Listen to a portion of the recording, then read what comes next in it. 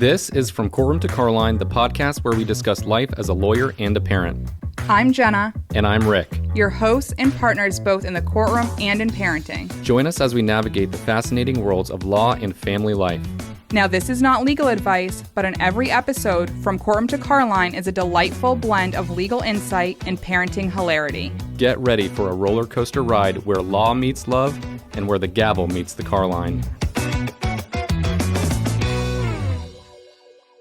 Welcome to another episode of From Courtroom to Carline, a legal parenting podcast. Today on the episode, we've got D, a master barber stylist. He's got his own barbershop here in Pinellas County that he's operated for a number of years now. He's very good at what he does. Thank you for coming on the show, D. Welcome. No problem. Thank you.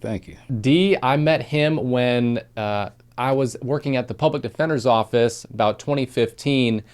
D was working at Sports Clips, and we hit it off right away. I remember you taking me to a Lightning game not soon after I started going to you, which was really fun, and so we've just kind of stayed connected. Recently, I've started bringing my boys to get cut with D.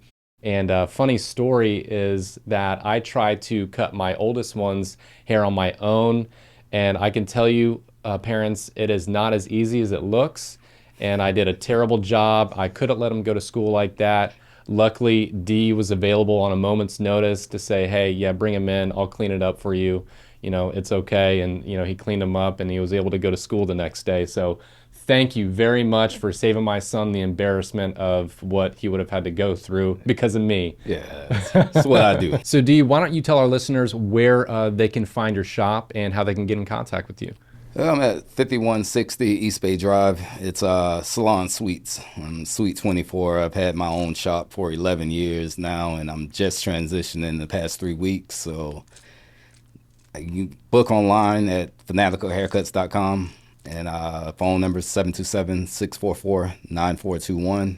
And I'm pretty much available for walk-ins too, but more or less best to make an appointment. So Fanatical Haircuts, how did you come across that name? Why'd you go with Fanatical Haircuts? I've only been asked that a few times, and I love telling that story. But like we alluded to, I started off at Sport Clips, which had a sports theme, and I wanted to stick with that. So for some reason, Sports Fanatic popped in my head, and I was like, no, I can't use that. That's a brand already. So Fanatics just stuck. And so I was just laying in bed, and I was thinking, like, what could I use? And all of a sudden, Fanatical popped up in my head. I grabbed the phone, and I'm looking like, Fanatical, let me see what this definition is. It's an obsession with something. And I was like, that's perfect. Like, I love cutting hair. It was my passion since I've been like 11. I started cutting my hair, my uncle's hair, friends, family.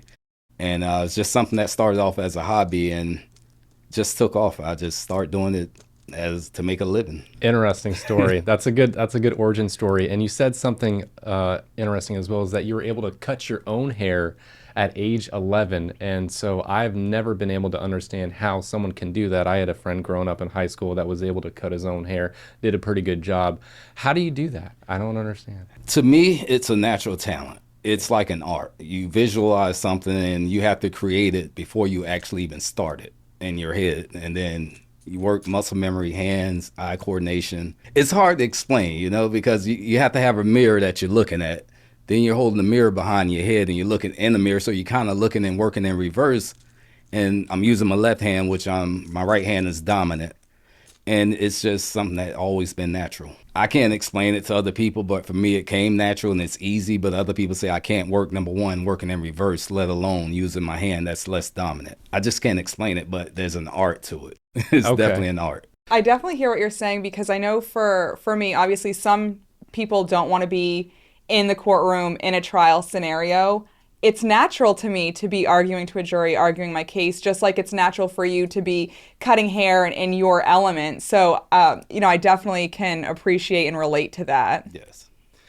So did you see yourself owning your own barbershop when you first started cutting hair? I never thought barbering would be my profession. It was more or less a hobby. I just worked different jobs, had CDLs, and didn't like the avenue I was going with that. And so I was like, I need to find something that I have a passion for. Like, what is that? And in the back of my head, it was never thinking barbering.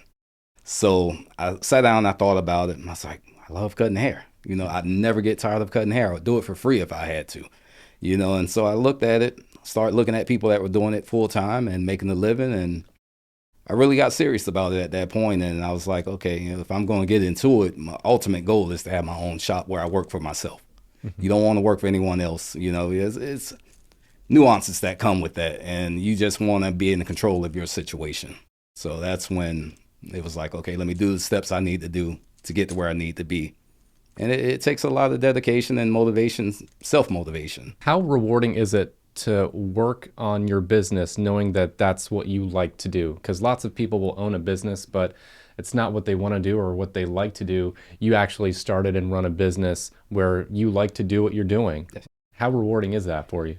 It's rewarding, but the thing is, you got to stay focused. It's no ceiling, as I say. I don't know where that ceiling is, because at that point you get complacent. And so my reward comes from doing the work. People like you, when you come in, you sit in my chair, we have our conversations, and I know you're going to walk out loving what you got. And it's just, for me, that's part of the reward, but the other part is being able to provide a living for my family. That's what's the most rewarding for me. Did you have any reservations stepping out on your own and knowing that it was going to be in your hands, in your control? Were you nervous? In my heart, the only way I could fail if I gave up on myself. And I don't know anyone who starts something for themselves and they allow themselves to fail when it's all on you. It's not on anyone else, it's me. So there was no fear. My only worry was getting people in my chair. Because I know once you got there, I got you. That's it. It's in the game. That's it. Was your family supportive of your decision to open up your own shop? It's funny you say that. I wasn't going to bring it up, but my situation, my dad wasn't in my life. So I had a stepdad. He's always been there. But dad was out. He had no role in it. But my mom, she was there. I don't know her demeanor or mindset with it, but she wasn't supportive. So I spoke with her. And I was like, hey, I want to open up my own shop. I need a little bit of financial help. And I was like, yeah, I want to talk to one of my uncles and see if he would help me. Her response, you got to go talk to him. I can't control that. I pack up and I go talk to my uncle. And I've been cutting his hair for years. So cutting his hair, we had conversation. And I told him, I said, hey, Unc, I want to do my own shop. And I said, I need a little bit of financial help. So we spoke. And he's like, hey, I'm going to help you, nephew. So I come back home and, all right, my uncle's going to help me. So now the ball's rolling.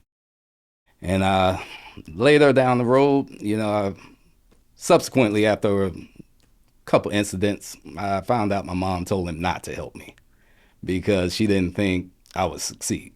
No, I'm my uncle. I go back and cut his hair again, and I'm not going to bring it up again. But that conversation, I took from that my mom said something. And so once I found that out, I was like, okay, she said that, but he's still going to help me. And when that help came, that became my motivation. Mom not believing in me, dad not being there. And I was like, okay, every day I'm going to prove people who doubted me wrong. And that was it. So a lot of cousins I grew up with, idolizing, never stepped foot in the shop to this day. Wow. And it hurts, but at the end of the day, a couple of years, you get over it. And then now it's like, okay, this is going to be my motivation. Day in, day out, I'm going to get to work. I'm going to show up on time, and I'm going to make everybody who doubted me, look back and say, oh man, I should have believed in him, But yeah, it's no ill will, no hate, but it's just, I use it as motivation when you don't support me. What an incredible story. Yes. And just testament to your mindset to keep going even when your own family isn't as supportive as you would like them to be. That's absolutely incredible that you just still pushed forward and followed your heart, your dream, your desire, and still have come out on top and succeeded. Oh yeah. Is there any part of you that wants to go back and tell them, hey, look what I've done, I told you I can do it, or if you just sort of let it go? I let it go. But like I said, I use it as motivation and they see it, and I don't want any ill will on anyone. But my thing is, you're not believing in me. I mean, whether you do now or not, it doesn't matter because I still have to provide for me. I believe in myself. At the end of the day, whoever believes in me, who doesn't believe in me, I still got to do it for me, and that's why I continue to push. It's my motivation daily. I'm afraid to fail. So when you're afraid of something, you keep running away from it and pushing yourself further and further, and it becomes a safety net for you. So That is very inspirational. Just being able to overcome those types of odds. It's one thing to have, financial obstacles, but it's another thing to have that emotion that's attached to those financial obstacles, dealing with family and doubting you. So that again is very inspirational, and I'm glad that everything's worked out and you've done a great job. So why don't you tell our listeners what it's like to first start a business? What are some of the things that you had to go through, the growing pains to get to where you are? I like to be straightforward, and so I did everything by the book. Everything I thought you're supposed to do, being straight up with everyone, even to the minor detail. Go to the city, you're trying to be legit, and I tell them everything, down to how many shampoo bowls I want, to the chairs I'm having. And it kind of backfired because now things that were there, I got to hire an architect to draw out plans for. And I'm like, it's kind of hard, but like I said, you got to stick with it. And initially, the finances come into play, and I did it differently. I didn't want to have like overhead that I didn't need, like leasing furniture or, making the shop look fantastic from day one. Like, I think, Rick, you saw the shop when I didn't have it the way it is now, and it just takes dedication and, of course, financial, backing. But overall, it's just you got to have that, determination to want to be there and do better and constantly improve. It's a learning curve. It really is. Everything you do is learn. It's a learning curve every single day. And mindset's so important. I remember us chatting about mindset when you're looking at your schedule and you don't see the bookings for the day, and not taking the approach, or, well, if I don't have the bookings lined up, then I'm not going to go into the shop. You said that, hey, listen, I'm still going to go to the shop and the bookings are going to come. You got to believe that. And sure enough, you go to the shop and they start coming in, dinging through your phone, and you got a packed day, and you don't get to walk out the door till, later on that evening. So I think that is very telling about the motivation and, how dedicated you are to perfecting your craft and building what you've started. So I know Jenna's a big fan of having that growth mindset, and she's definitely pushed me since she's joined the firm to say, hey, listen, we're going to believe that the clients are going to come. We're going to spend a little bit more because you've got to have faith in your own ability, and it's worked out. Yeah. Yeah. Do you read any books, listen to any podcasts that help you with that mindset to just remain in that positive space? I have very diverse clientele, and a lot of my clients, they go through stuff. They tell me their situations, and I tell them, I was like, oh, I'm sorry for pouring that on you. I'm like, no, because at some point I'm pouring mine on you. Yes. So a lot of my inspiration and stuff like that comes from people like Rick, knowing his background, where he started, and other clients that are in professional backgrounds, and just having casual conversation, asking questions when normally people would just keep their mouths shut. Like, I'll sit there and I'll ask you, is there something pertaining to like criminal defense or anything like that? If Rick's sitting in my chair, I'll ask him like, hey man, what do you think about this? So always keep my mouth, closed, ears open. And when I need to speak or ask a question, I do it. And I recall there was one situation where I was cutting this guy's hair, and I can't remember what he did or what we were talking about. But I was asking him something relevant to what he did. And he's sitting in my chair for 30 minutes. So he stopped me mid-conversation, say, D, I'm going to stop you, right? Let me stop you for a second. It's like, what you're asking me right now, I get paid $300 an hour for, but you're getting it for free. But go ahead. And so wow. I use who's in my chair by your background or whatever. And it's not nothing to, excel my career or anything like that. It's just casual conversation that I might have a question about that, it's relevant to what I'm dealing with at that moment. And so that's my inspiration right there. It's just the people that sit in my chair and just having conversation. And I'm sure you've met quite a diverse group of people just doing what you do over the number of years that you've done it. Do you have any interesting stories, whether it's parents that come in with their kids' hair that are all messed up, kind of like mine, or other interesting stories where you'd like to share with our listeners that might be entertaining? It's enriching. it gives you a sense of pride when you deal with people that come in and you don't know their situation. And I'm casually speaking about my situation. And there was a time when I had this kid coming in, and I won't mention his name, but he would come in and he had like shoes that were 2 or 3 sizes too big. And I knew this. I'm like, something funny about that. You know, why is this kid wearing shoes that are way too big? Because I knew they were well off. And so years passed, and his mom asked me a question. It's like, D, what makes you travel so much? Like, why do you travel as much as you do? And I was like, well, I had a situation where I had a cousin, we were close, and I think he passed away at 25 in a car accident. And so I told her that story, and I was like, we had conversations like, we're going to get our granddad's age, and we're going to be sitting on the porch laughing and talking like him and his friends. And when he passed away at 25, it shifted my life. It shifted my mindset. And so now I'm like, you got to do what you got to do. I think later that day, his mom called me and said, hey, D, my son's, you know, he felt like he was the only one dealing with a certain situation. And he said, I don't know if you know, but my husband passed away in a car accident, and he lost his brother in that same accident. And so from that, I took this kid was wearing his dad's shoes because that's how he coped. And she was like, is it okay if he talks to you? I'm like, definitely, sure. Wow. And so that's when I had that sense of, man, you never know what you come in contact with, or the kids that they don't have a dad or they don't have a mom. And I'm like, you're not going to get sympathy, not from me, you know, in that situation. When they're not in your life, but I'll tell you, if you're doing bad in school, it's your life. You got to push to do better. And, you know, at one point, who's ever in your life, they're going to be gone at some point. So it'll be on you strictly. I'm a realist to the situation. So if you're a kid in school, if you're good at basketball, I'm not going to praise you in that. I'm going to praise you in the sense that use basketball to get to the next level. Because with that, you know, you may not make it to the pros, but you'll have that degree. And you've gotten it for free because of the skill you had. And so there's many stories. Yeah. There's a lot of stories, but it's just a sense of pride when I can just help a kid out and let him see like there's a better life if you push forward. Do you find that a lot of your clients open up to you just because of how well you can connect with them? Oh yeah, all the time, from kids to adults. It doesn't matter. How do you handle that? It's technique. you develop a lot of skills. Like I have like little kids that might be getting a haircut for the first time or the second time. And if the first time wasn't with me and they've been somewhere else and they just had a bad traumatic experience, and now I'm cutting, say like for instance, Rick's sitting in my chair and I see this kid, he's with someone else. I might be cutting Rick's hair and I'm looking at the kid side eye or whatever.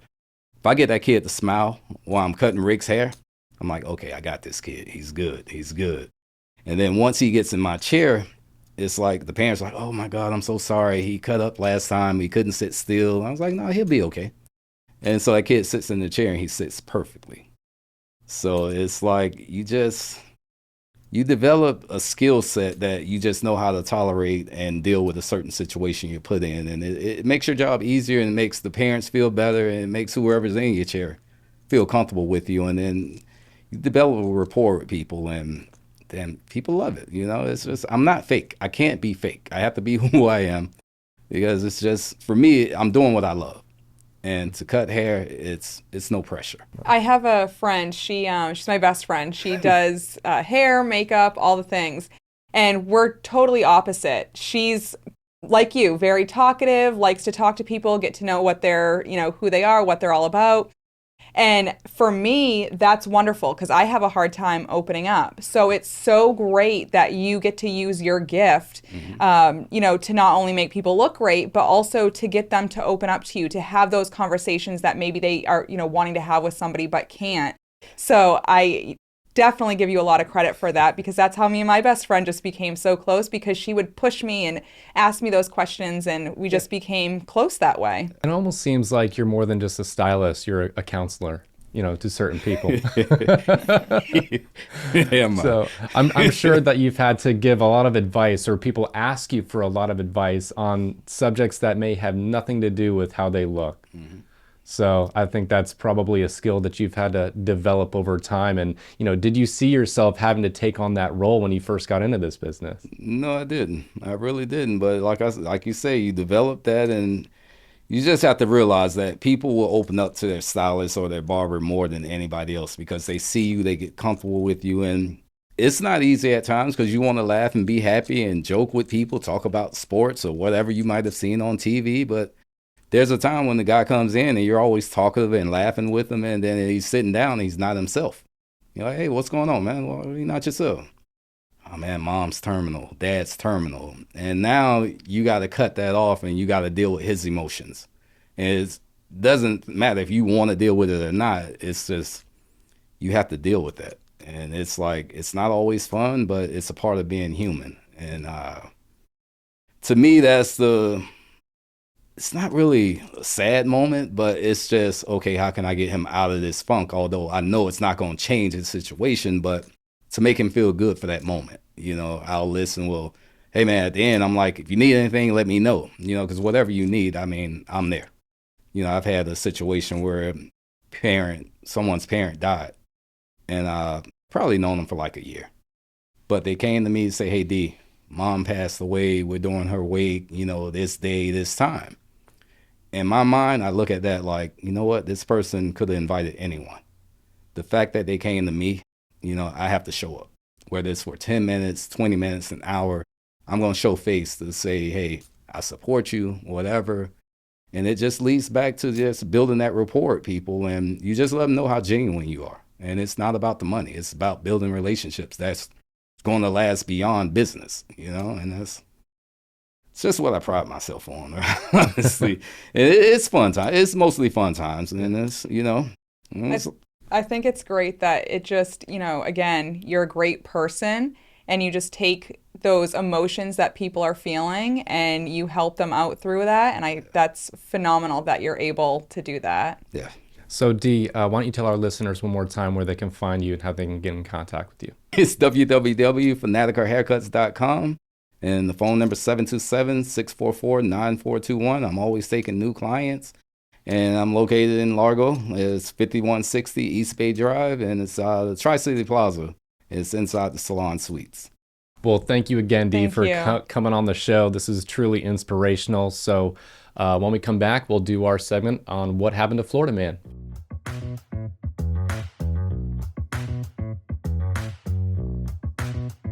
So for this segment, what happened to Florida Man, we're going to keep it local again here in St. Pete. There was a gentleman down closer to 54th Avenue, and a call came in that someone was vandalizing city property. So the police responded. They encountered someone fitting the description, and they asked the individual to identify himself, and he identified himself as Mr. Monopoly. He refused to give his real name, and so the police ended up arresting him and taking Mr. Monopoly straight to jail. He didn't get to pass go, and he didn't collect $200. What happened to Florida Man? The state attorney filed charges in this case for both obstruction and criminal mischief, both first-degree misdemeanors. And the ultimate outcome was that Mr. Monopoly entered a plea in absentia. And what that is in misdemeanor cases, sometimes the judge will allow you to notarize a plea form and mail it in and have you be sentenced without you actually having to be present in court. And in this particular case, that's what this gentleman did.